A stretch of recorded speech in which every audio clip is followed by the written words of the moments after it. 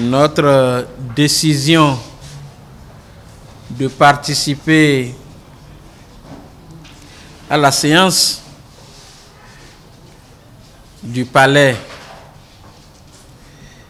a entraîné beaucoup de critiques, beaucoup de polémiques, et il était nécessaire que nous puissions informer l'opinion de ce qui est. Nous sommes une formation politique et notre credo, c'est d'exister, de mener les combats politiques et d'avoir le pouvoir d'État et de l'exercer. Si nous n'existons pas juridiquement, c'est que le combat politique devait s'arrêter pour nous. Et je crois que en homme politique, nous devons avoir en idée l'existence juridique du parti. Et c'est ce qui fonde en grande partie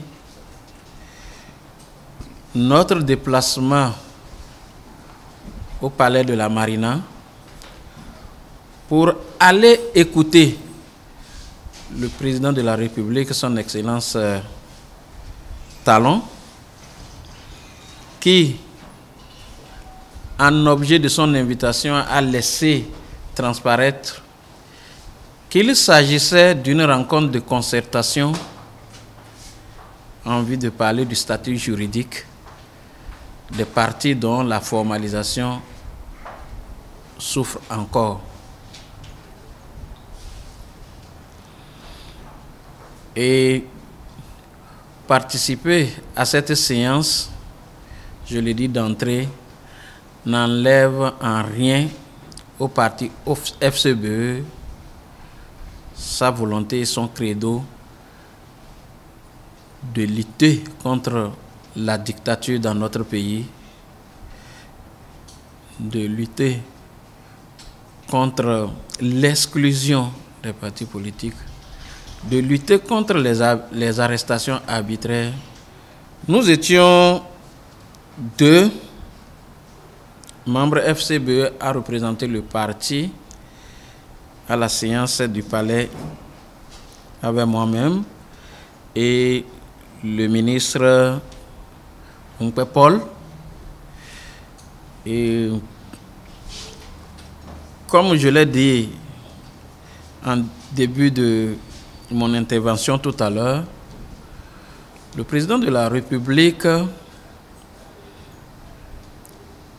nous a dit que la séance est essentiellement consacrée à la formalisation des statuts juridiques des partis politiques qui ont fait la demande et qui, à date, n'ont pas encore eu leur récépissé ou leur certificat de conformité.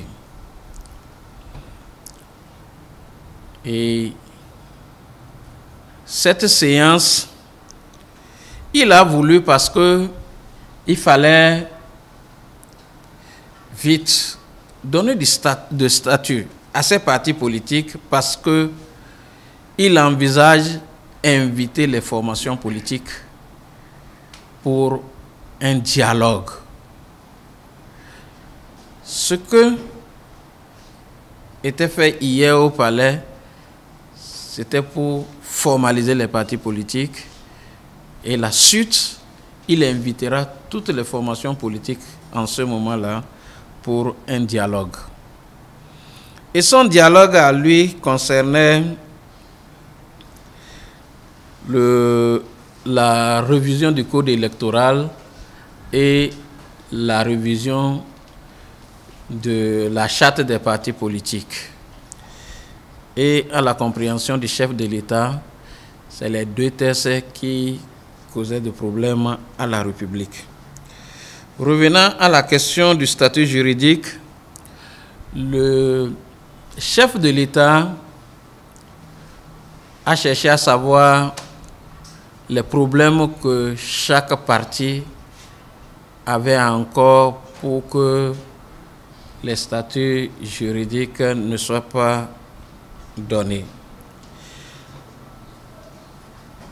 Pour ce qui concerne FCBE, nous avons expliqué au chef de l'État que nous avons fait tout ce qu'il fallait faire pour avoir notre statut juridique. Et lui-même, en tant que président de la République, le sait, puisque à une rencontre, il a avoué lui-même que FCBE, qu'il félicite FCBE, qui s'est efforcé de faire un congrès extraordinaire pour répondre aux exigences de la nouvelle charte.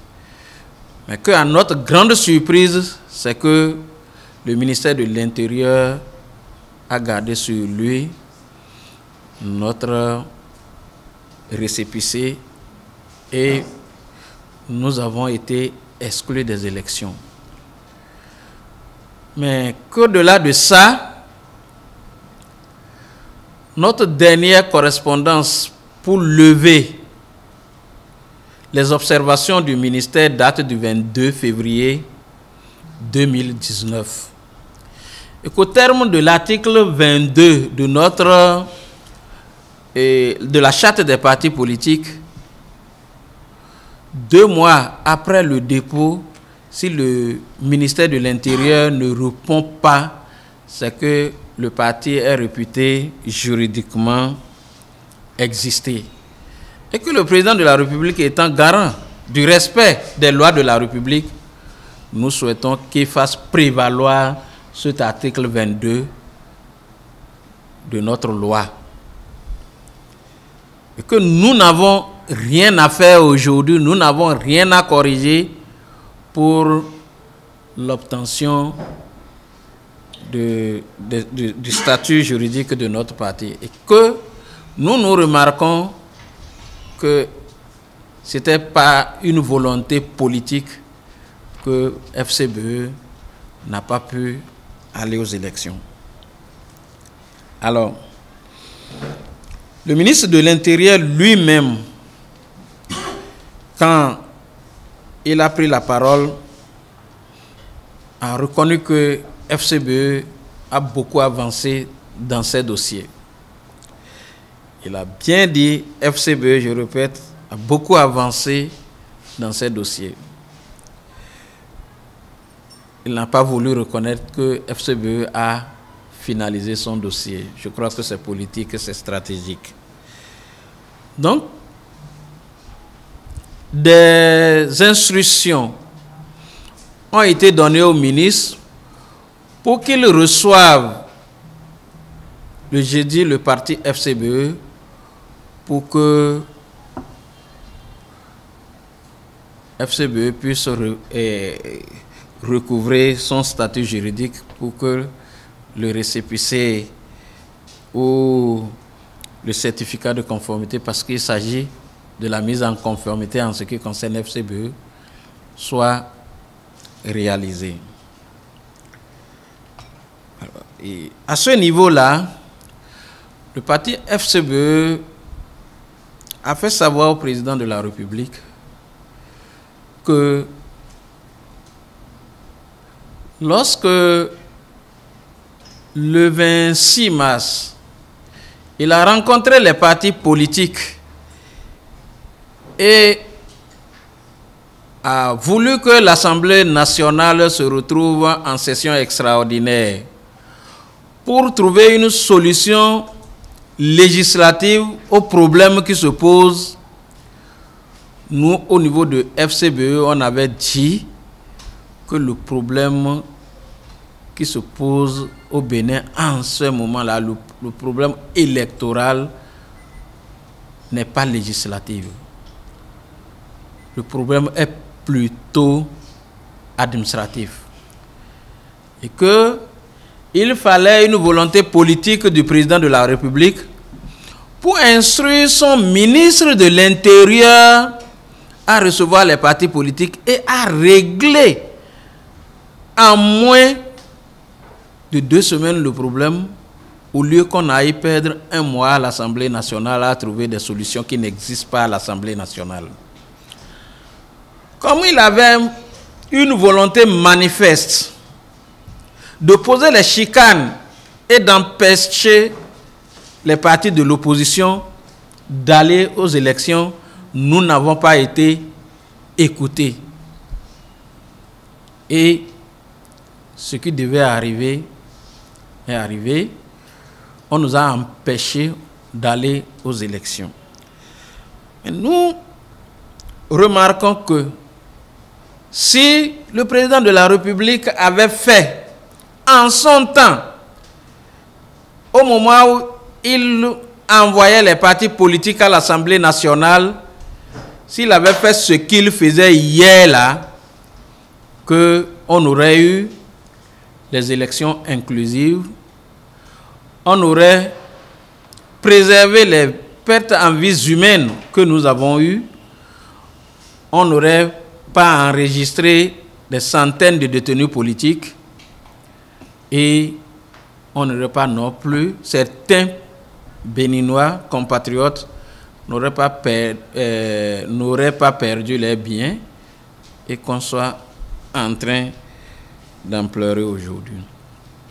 Donc, nous avons fait savoir ça au président de la République et comme il a parlé de dialogue et que à la suite des partis politiques seront invités, FCBE a aussi fait savoir au président de la République les conditions pour un dialogue inclusif et fructueux. Je vous donnerai copie de la déclaration de FCBE à cette séance-là, une déclaration qui a énuméré en 4 points, je crois, les conditions propices, à notre avis, pour les élections, pour un dialogue prospère. Il s'agit du retour des exilés politiques, il s'agit de la libération des prisonniers politiques, il s'agit de la remise des corps des personnes abattues et dont l'armée a transporté les corps. Il s'agit également du 4e point, la reprise des élections. La reprise des élections. Nous, on estime qu'il n'y a même pas eu élection. Nous parlons de l'organisation des élections en vue de désigner ou d'élire les députés de la 8e législature. Voilà les 4 points que nous avons énumérés pour qu'il y ait un bon dialogue entre les fils de ce pays. Alors, à cela, le président de la République a estimé qu'il n'y a pas de prisonniers politiques au Bénin et que ce sont des personnes qui ont commis des délits et qui sont arrêtées. Et qu'il n'a pas également d'exilés politiques. Et que parfois ce sont des personnes qui ont reçu des convocations et qui sont parties. Alors, nous on estime que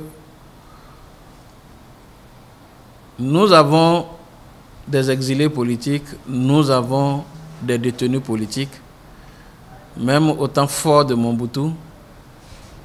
Mobutu n'a jamais reconnu qu'il y a 2 détenus politiques. Le régime dictatorial de Mobutu n'a jamais reconnu qu'il y a d'exilés politiques. On trouve toujours quelque chose qu'on va appeler délit pour que on puisse faire tel ou autre, ou pour qu'on puisse le mettre en prison, ou pour qu'il s'échappe. Et c'est ça qu'on appelle action politique, exilé politique ou détenu politique.